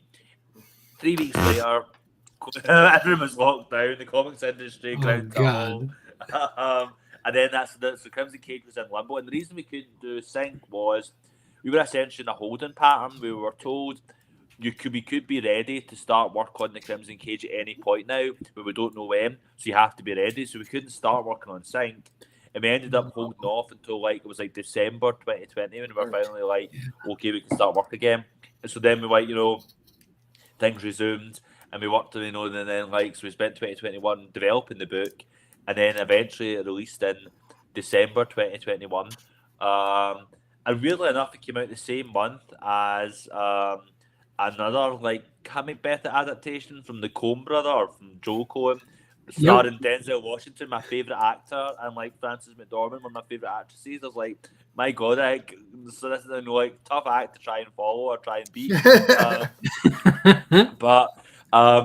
So then like, so like, just this book even getting released was in itself a triumph for me, because this is something I've had in my head for years. It's my dream project. I thought when I wrote it, I think this is the best thing I've written. And so even getting the book out at all, like, in any format is like a triumph for me. Like, it feels like a real achievement. And like, I'm not sure if you can see in the camera here, but I have on my wall the frame up. There you go. Chuck Frenzy drawn by Alex. And I have a shelf like which has the single issues of the Crimson Cage, my original high school copy of Macbeth, amazing, Macbeth, nice, and like a replica title I had commissioned that says Chuck Frenzy. Big gold. And so that's amazing. That in itself was like an achievement, and the fact that then folk really responded to it and really loved it. And it became a really popular book, and folks said it was one of their favourites of 2022, and it got great reviews. Like, that is even better. That folk really resonated with people. I realise I talked a lot about the Crimson Cage, and I haven't actually said the plot. The Crimson Cage, a retail. You kind of said it. Yeah, Macbeth and wrestling. That's the plot. Yeah, the Crimson Cage is a retail. William Shakespeare's Macbeth, set against the backdrop of 1980s territory pro wrestling. It's about Chuck Frenzy, who is sort of like main event star of a small Louisiana promotion, like a beloved local hero, but a big fish in a small pond. He encounters these supernatural beings in the bayou who tell him he is destined to become the next world champion if he's willing to do something terrible to achieve it. And then things go in a suitably violent. He ignores them, and it becomes a rom-com. It has all your It's fantastic, and it was coming out when Hotel Volume 2 was coming out. Yeah, like it was like they both because it was Lee December for a second there. There is they both launched in December, Lee's December, and then literally like come out for the Kickstarter. No, that came out a bit later. The Kickstarter was running at the same time, I think. That's later in the year, but the way it was working out for all 5 issues of both Hotel and Crimson Cage, it was like 1 week was Hotel and the next week it was Crimson Cage. It was like I kept having Lees like every week, and then a break, and then a lot of Lees. It was great. Yep. and then obviously like things didn't work out, like but I was hoping I would have like Lees everywhere, like for the first half of the year, and then I was going to have like a couple of other books the second half of the year, but it didn't work out. I just saw George's thing about the monologues. The way that worked out is the funny thing was, like, obviously a big part of Macbeth is like the soliloquies where like characters will like step outside of the drama and talk directly to the audience and be like, this is what's happening now, I'm going to kill the king, don't tell anybody. And like, so and I thought, how do you recreate that? Like, because it's such an important part of the identity of like these sort of Shakespearean tragedies. So how do you kind of create that in a wrestling format? And what is a soliloquy if not a promo cut? It's a promo. It's perfect. So I thought, I give these characters a microphone. They're talking directly to the audience, and they're cutting a promo. Yeah. Kind of like, they kind of like backdrop, and they're doing their innermost thoughts. And I thought it was a kind of really fun device that and I'm really glad that we got a chance to do it. Yeah, it's like you would do it. It's already something that you could have just come up with without it being something that you were trying to search from the base material. Yeah. Like, it just seems natural because it's like, what wrestling show doesn't have what wrestling show doesn't start with a promo or something? Like, it very rarely starts with action. You start listening to somebody talk. Yeah, with somebody talking with the microphone direct and then camera. It goes, yeah, so it's just like, of course, and it's just it's so perfect. And then they're good too. It's just like, oh yeah, let's go. Yeah, and a big part of that, like, obviously we have the promos, but also like one of the things I really wanted to capture was I really wanted kind of this to feel like you were getting wrestling action and the action was integral to the story. Like, it wasn't just because sometimes you read wrestling comics and it's like you have the story and the plot, and then the story stops on a page. You can have a couple like wrestling moves and montage, and the story picks up again. I wanted one to try and make the wrestling feel immersive and integral to the story. And and also make it feel like the atmosphere of a wrestling match and try and capture that pace and drama, and really make it feel like people like they're part of the show. And Alex did a great job of doing that and kind of capturing that wrestling vibe. And like the talking during and things like that. It's just so good. I love that. Like, it doesn't stop. Something that didn't come from me, it came from Alex. But Alex said the way he drew it is whenever he placed like the POV from within the audience and the kind of like the camera, whatever you call it, in the crowd looking at the ring from the outside, those moments we're watching like the story, we're watching like the wrestling match play out, like Chuck French, the highlight, Abominable Grunt, like the villain. We're watching like the story as the audience means to see. Whenever it's like wrestlers talking to each other, saying, "I'm going to do this move and you're going to do that," you always brought the kind of like POV camera inside the ring. It's like we've become one of the performers, and we're like, you're right there, step behind the curtain, like we're watching it. And the webcam. So you can see that, like the way it pans out. Like, that's really cool. That's a really good idea. I'm gonna. I was already going to reread it soon, and good. It'll be a nice little nugget while reading. Yeah, I think it's fun to go back and read it with that in mind. Yeah, I think what I loved about, the Crimson Cage is the wrestling mattered. So it felt like a WWE program or whatever. The wrestling in the ring, where I've read other wrestling books where the matches are like filler, like they're not integral to the party unless someone's going to hurt somebody, right? Yeah. But where every one of yours is just going along, almost like it's a separate thing. If you didn't know Macbeth was part of, like, it's this is just the storyline. Like, for me, like, that's something like for me, like when I was writing this book, what I wanted was I wanted that if you didn't like wrestling, you could still read this and enjoy it just as like a thriller or whatever. Right. But just as much as that, if you didn't know Macbeth, didn't care about Macbeth, you could just read this as a story without knowing like the Macbeth story. And that was like, so I wanted to make it feel accessible to everybody. So that's what was, well, not everybody, not small children, obviously, but sure. But accessible. My 8-year-old did not appreciate it. Yeah, my son keeps asking for Spidey and His Amazing Friends instead of Crimson Cage, but I pitch it to him every night. Every night you're just like, Crimson Cage. I do know, like, that, like, Alex's like young son, like Danny, like I think he's maybe about 2-3 years old now. Like he loved the Crimson Cage apparently. And Alex came to Thought Bubble this year, and he brought Ashley along with them, and they brought like Danny. And like Danny's like while we're at the table, Danny's coming up to Alex and handing him like a picture he's drawn of like a blood covered Mr. Dick, and like like. Look at this! That's Mr. Dick, Daddy. He's like sticking the shovel in someone's head. Like corrupting the youth. I love it. That's great. The good thing is, so- if I got now, I can fire Alex and hire his son instead. Yeah, you're all set. You just get the next Cormac. Yeah. You just have a Yeah. long. It's very Macbeth Assembly how line, you yeah. treat your artists. Yeah.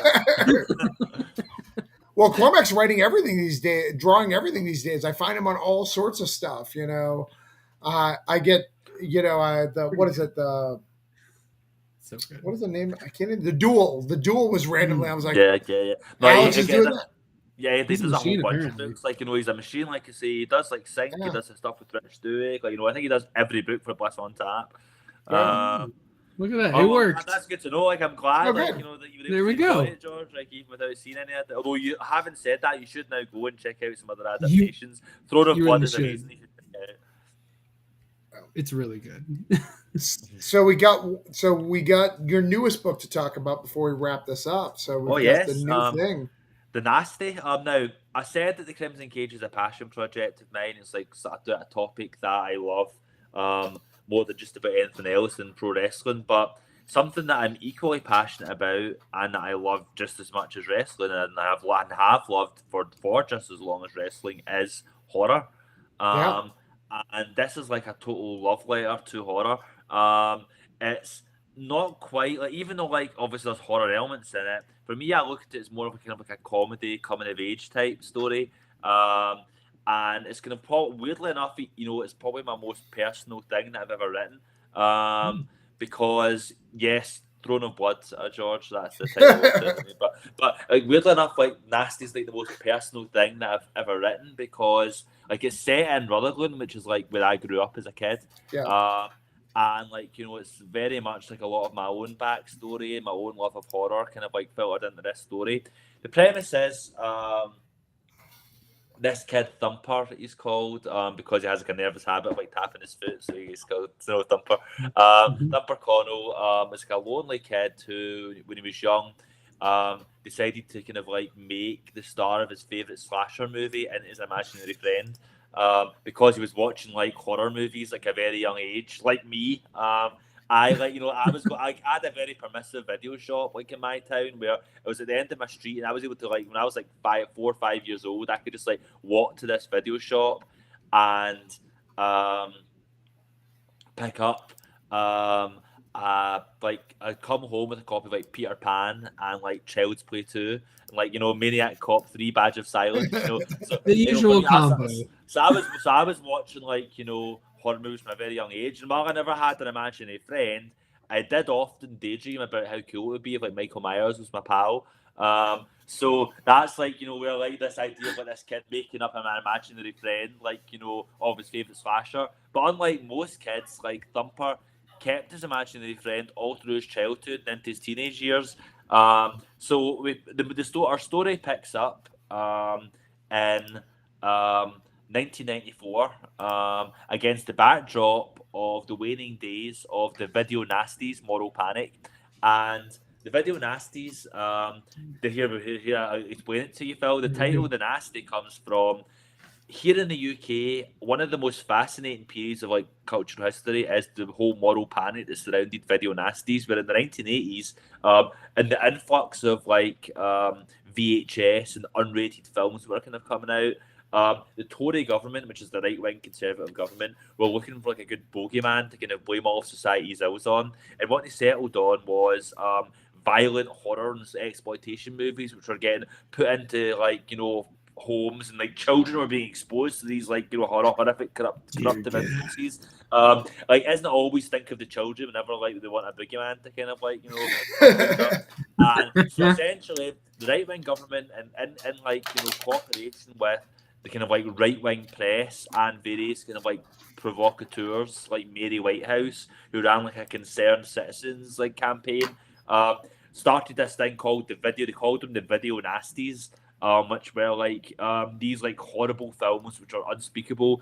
And a bit after a big extended pressure campaign, the government introduced the Video Recordings Act 1984, which essentially gave them the power to kind of like prosecute retailers and distributors who sold films which were deemed to be video nasties as obscene. Like, they used old obscenity laws, so they were putting people in jail. They didn't make them.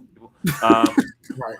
So I love it. like, That's so crazy. And so like so it's like if you should read into it, like like I've written a lot about it. And you can find like documentaries about it. It's a fascinating subject. Yeah, that's interesting. By the gonna look into 90s, that. that had waned a little bit. But I remember one of my first experiences of thinking fuck the man was when I was 7 years old, and it was Child's Play 3 was there's a whole moral panic about that.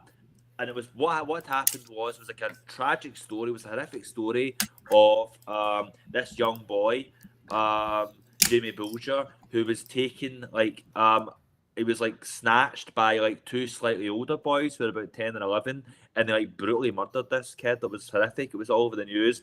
But apropos of nothing, the right-wing media essentially just invented out of whole cloth this idea that these kids had watched Child's Play 3, and and they were copying things from Child's Play 3 on this boy that they'd killed. They took it entirely from the fact that the boy's body was found in train tracks, and there's a train scene in Child's Play 3 essentially. So the right wing press ran full hog on this, and I remember vividly at this young age seeing a newspaper article. I think it was the Sun, but maybe it was the Star. But I think it was the Sun, where they essentially recreated all the horrible things that happened to this young boy, but using a Chucky doll instead. And and they started this whole campaign. There's this famous front page in the Sun called "Burn the Video Nasty," and it's a picture of Child's Play 3 on a fire getting burned. And so that was one of my earliest experiences, the whole bit of the video nasty moral panic. So it was still, even though it was kind of as furore was in the 80s, it was still around in the 90s. There was movies like The Exorcist and Texas Chainsaw Massacre that I remember not seeing because they weren't released or allowed to be screened until the late 90s. So this is kind of something that will linger for a long time. So yeah, this is the kind of environment that our story kind of is set in. And our story follows Stumper with his various friends that he's picked up. They all hang out at the local video shop, Monster Dome Video, and they watch covertly video nasties that they've acquired. In this group they call the Murder Club. So they watch these movies, and they kind of it's always kind of a sense of community. Hello, and the video shop's in trouble. It's kind of in dire straits. A big chain competitor that's opened up across the road. They don't know what's going to happen in the future, but they score this coup. They've managed to agree to get this big, massive horror festival hosted in their small town in Scotland in Rutherglen. But the star attraction is going to be that the video shop has acquired House of Creeping Flesh, which is the rarest, most notorious video nasty of all. It's so notorious that nobody's seen it. Nobody knows what it's about. All they know is that it's cursed and scary things happen. To people who've seen this, supposedly there's all these stories about its malign nature. So they get this movie and they think their fortunes are going to turn around, but they're going to watch it themselves to see what happens, and they promptly destroy the tape by accident. So they then realise that this movie's so notorious and so feared that nobody's seen it, nobody knows what it's about. So they realise that they can make their own version of this movie and try and pass it off as the real thing. And that's where the kind of story kind of goes, where it becomes jump back and forth between the actual story and us seeing the making of this movie. Plus maybe there's some truth to the idea of this thing maybe being cursed. And then there's things start changing all around them. You start thinking Red Ennis maybe starts becoming not so imaginary. And it kind of has kind of darker elements, but also it's very funny, it's very silly. There's kind of a lot of coming of age elements in there. And yeah, I think rom-com. A little bit of rom-com. Gotta have rom-com. John Lee's in rom-com. Yeah, I think John Lee's in rom-com. I like to say I'm a frustrated rom-com writer, but yeah, I think if you like horror, and if you're of my generation, especially if you grew up in the 90s and you remember video shops and all that, I think this sounds awesome. You think you'll have a lot of fun with this book. For me, again, it's one of my favourite things I've written. I think it's been a blast to work with Fall. I think working with Fall is going to be the biggest book that I've done. And yeah, it launches in March, and I think it's going to be my biggest book yet. So if you've enjoyed everything, that I've done up to this point. This is the next level up. To get that title back in there. Hey! The name of the show, he said it. So yeah, like, please do check out The Nasty. You know, it's Word an of the 8-issue day. series. It's like a big sprawling thing, and yeah, it's a lot of fun. Do you have a code for it by any chance? Do you know I was actually going to send the code, and I thought every time I prepare a code, no one's interested in it. But I'll get it for you. You're good. I'll get it. Yeah, You don't have to. I've got to hand it 1 second. Okay. Newsletter. Okay, here we go. It's not there. Right. It's like 1 second. I'll get you. Just pop the cover for me. I'm just playing on the previews page now. Okay, it is. Drum roll, please. Jan 231 934.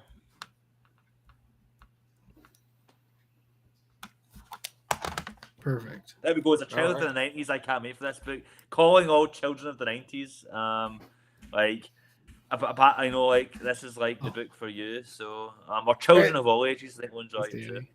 And there's so many good covers. That's Travis hopping over like my name, my graphic there, so I thought I'd become Travis. That's how that works, right? The covers are so good for this book too. That's like say. You know, and there's more covers still to be revealed coming up soon, and some of them are crackers, like, you know, and like like, you know, when we're talking about covers, like Vault had said to me, like, you know, who would you like to have do covers? And I just gave them a wish list of some like pie in the sky choices, and they got them. And I'm really excited to share some of these, and like, you know, some of the upcoming covers as well. I just think it's such a fun book to work on, and like when I was doing the Crimson Cage, I spent a lot of time watching a lot of like pro wrestling, especially 80s pro wrestling, NWA stuff. For this, for The Nasty, I've been immersing myself in just schlock horror, watching so many like cheesy slashers from the 80s, you know, and like 90s, and just gorging and trash horror and getting in that mindset. And like, you know, it's been a lot of fun. And like, I've been trying to kind of like capture that with like the world of the story. Like, you'll see, like, you know, I've been posting a lot on social media, all these various fake horror movie posters and horror movie titles. They're all incorporated into the book. You'll see all these little posters like all around, like, you know, the video shop, and we'll be talking about like various horror movie titles in conversation. I just created this whole ecosystem of like, you know, fake horror movies and fake movie franchises, which I think people will get a kick out of. You don't even know. I literally last week watched a guy who took the stab movies from Scream and told you what they were about. And I watched the whole thing, and I was like, perfect.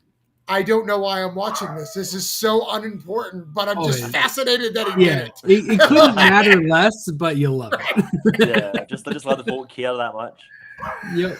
Yeah. But that's why we like comics. Except comics can be important. We were just like, what is comics? It's not a love for minutia and continuity. Exactly. You got to be okay with like 95% of what you're reading to not matter.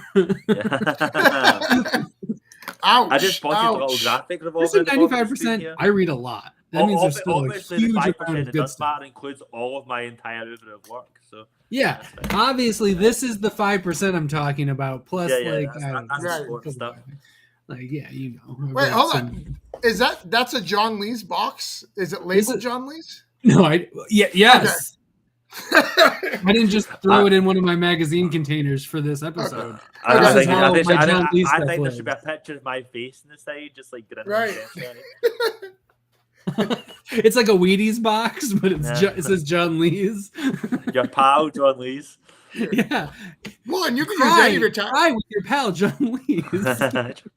Sink in with John Lee's. Get the nasty with John Lee's. Like, you can put whatever you want. Get up the hotel with John Lee's. So, John, I know it's late there, so we have some questions to wrap this up. Could you dim your lights while we do that? It's more dramatic at this point. My light switch is like way over there. No, that's all right. That's too far. Well, before we get, is there anything else you want to talk about? Any books that are coming out that we need to know about as well? Well, yeah, like because of the Nasties coming out, obviously at some point this year we're going to have Sync Volume 3 dropping. Right. I'll look for that soon. Hopefully, depending on what happens, we might see the last ride of Pillar and Pride come out. Okay. I would say with things are up in the air for that, but hopefully that will come out. And yeah, other than that, just you can follow my newsletter at deepender.johnleescomics.com. That's deep-ender.johnleescomics.com. You can follow me on Patreon at patreon.com/John Lees. The online shop, if you want to pick up some of these books we've been talking about, is johnleescomics.bigcartel.com. That one's in the description. Yeah, I didn't get the first couple, but that one's in the description. And that's the most important one because that's when we can give you money. Yeah, exactly. Yeah, and then your Twitter is also in the description, so you can go from there to the other money things. Yeah. Nice. And I think you have one other book that's like going to come out this year that's just not announced, right? If I'm not mistaken from your newsletter, or is that mistaken? Am I wrong? No, right now, in terms of the stuff, like everything, like, that is actively in production has been announced. The stuff that like I've been talking about and alluding to is basically stuff that I'm just like developing and hoping. Okay, all right, cool. Yeah. So hopefully it will be coming out, but like it's not guaranteed. Hopefully there's 10 titles coming out, but now. I heard and a Justin Fair World.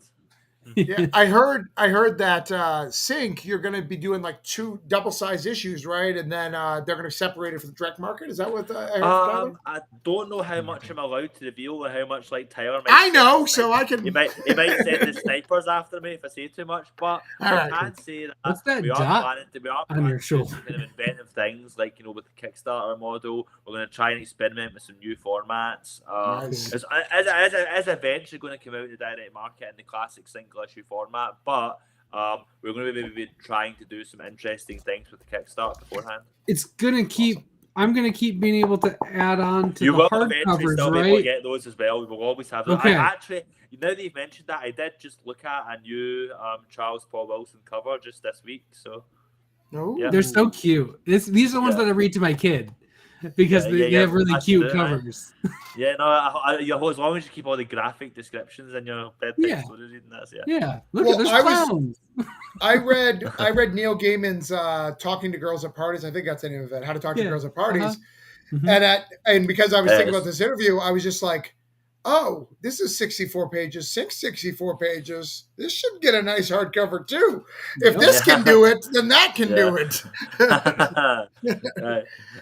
It's still my dream to eventually. I think we've maybe got enough for between Sync Volume 1, Sync Volume 2, and Dig. I want to start getting like omnibuses put out.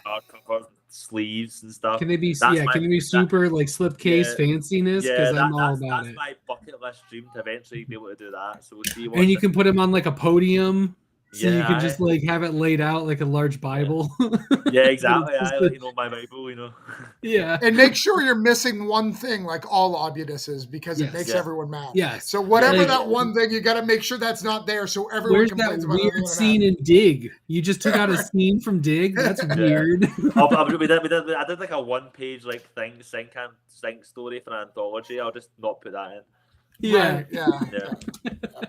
People, that's always what I see for omnibuses. Why does it have this? Because it was 4 pages and not necessary to the story. Because it was a tie-in of a tie-in. Right, let's get these questions. Yeah, we got some questions so you can get to bed. Oh, plus one for an oversized omnibus. That's one sale. So thank you. There we go. Oh, you got one. That's 2. We got 2. Two? Oh, man. We got it. I'll buy a soft cover. I'm cheap. I buy a soft cover. Tell Tyler, watch this interview. 2.5. Perfect. All right. So I will do the first one. All right. John Lees, what do you think makes you stand out in the comics market? Obviously how good I look in a Speedo. But other than that. True. I've seen a lot of pictures of that. Yeah. That's my niche. I think, for me, I think, it's not necessarily what makes just me stand out, because a lot of people could probably say the same thing, but I think that I tell stories that matter to me and I feel very particular to me. I think, it would be easy to kind of, look and go, what's the market right now? What stories would be fashionable? I don't really do that. I tell stories means something to me in particular, and like, you know, I have a strong connection to. And maybe not everyone's going to have that same connection, but it means the folk that do have those same feelings will vibe all the more because, like, you know, hopefully they see my enthusiasm is genuine and that's kind of contagious, and hopefully it resonates with them as well. It's a good answer. It's a Awesome. good answer. Yeah. What makes you keep going when shit gets rough? Spite. Yeah, I love it. No. Yes, best motivator. No, like for me, it's just like, you know, yeah, like things can get shit, like, you know, you can have setbacks, you know, Pandemic. projects can fall apart, publishers can fuck you, like, you know, there's like all kind of things that can happen, but like at the end of the day, you can't stop telling stories. Like, you know, like it's like for me, it's like what makes life worth living. Like, you know, like living in these worlds and creating them. Like, you know, and there's no better feeling than making something from nothing that somebody else likes, you know, or that people has an impact on people. The way my favorite stories have an impact on me. But that's like something you can't stop doing. Like I said, you know, like it's a compulsion, like maybe not a healthy compulsion, but it's there, you know. And for me, like that's like, you know, when you talk about like the drudgery of like life or whatever, like something that kind of like lifts me above that, you know, or you know, everything else can be crap, you know, or stressful or anxiety inducing, but if I can sit and live in a world for a little while and think up ideas and make up these characters, like, you know, it makes things better. Like, you know, it makes me happy. So that's why I keep on going. Because as much as it's stressful, the positive impact it has in my life still outweighs the negative. And if that changes, I'll stop writing, but it hasn't yet. Awesome. That's good.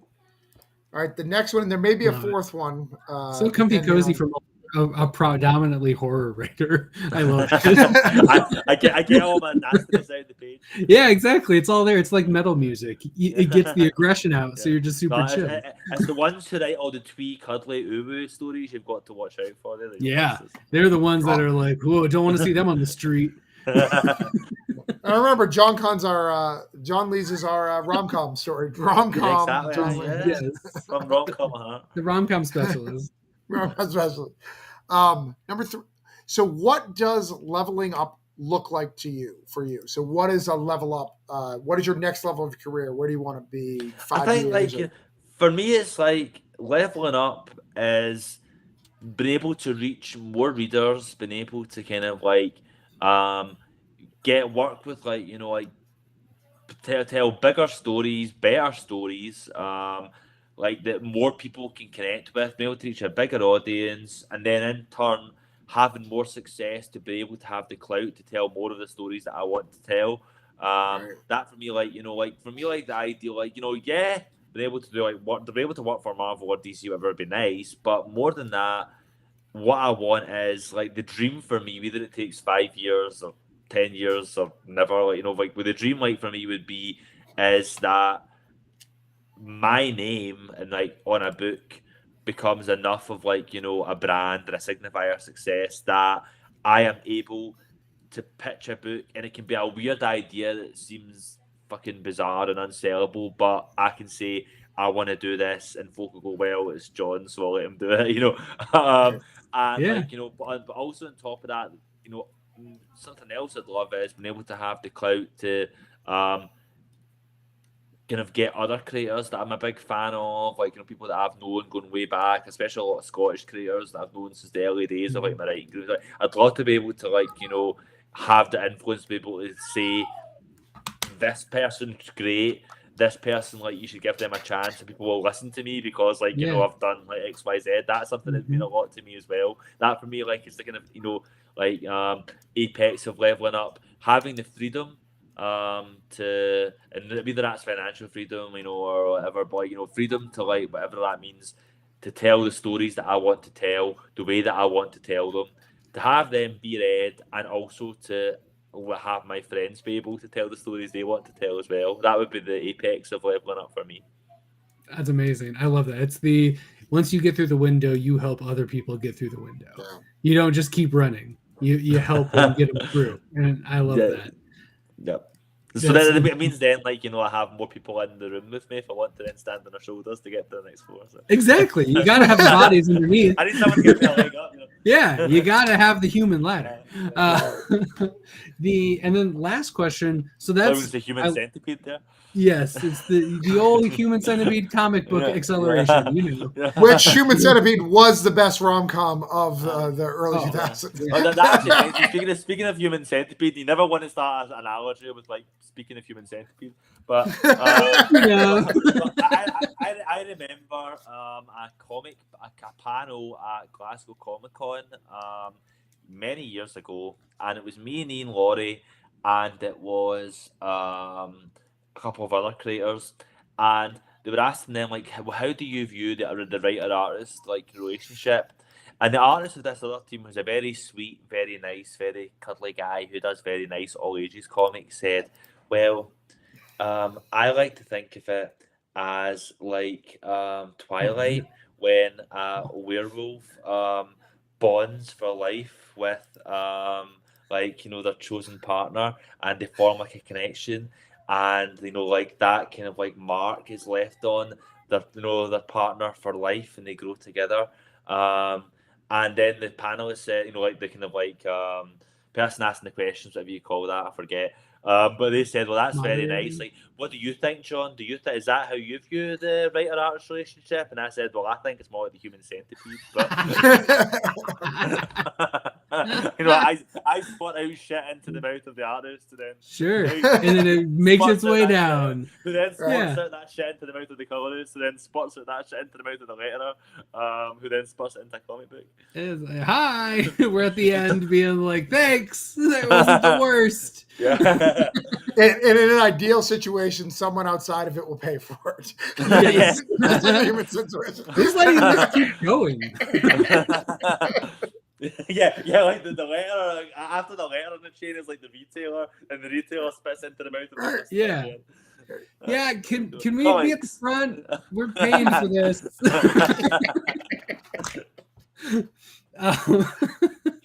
Sorry, what was the question? Obviously, that's the pinnacle of your leveling up is, you know, the ultimate Human Centipede. Yeah. Before then, as the final question, what do you see as your next level up? Where do you see going next? You've already gone quite far into the spectrum of success in comics. What do you see next? I think the next level up is right in front of me. The next level up is Dynasty, and like what my hope is for this is the next level up for that is for this book to be my most successful book, for it to like attract more readers, like, you know, and because I think I look at my career and I think I'm doing pretty well. Like, I've done some books I'm proud of. But a lot of times, sometimes these books will go under the radar thing. Like, you know, I look at the year end, like, you know, awards lists, and I look, you know, and like, you know, they don't always get mentioned. You know, I would love to have a book that people really notice and really kind of like it makes people pay attention and, you know, attracts a wider readership. You know, who then go back and look at my other books. So yeah, that's my hope. Like, my next level up is Dynasty. I hope this book takes off to the level that I hope it can, and I believe it's good enough to. And when I'm working with Vault, who do great books that do break out, I do have high hopes that that's possible. So yeah, fingers crossed. Dynasty is my next level up.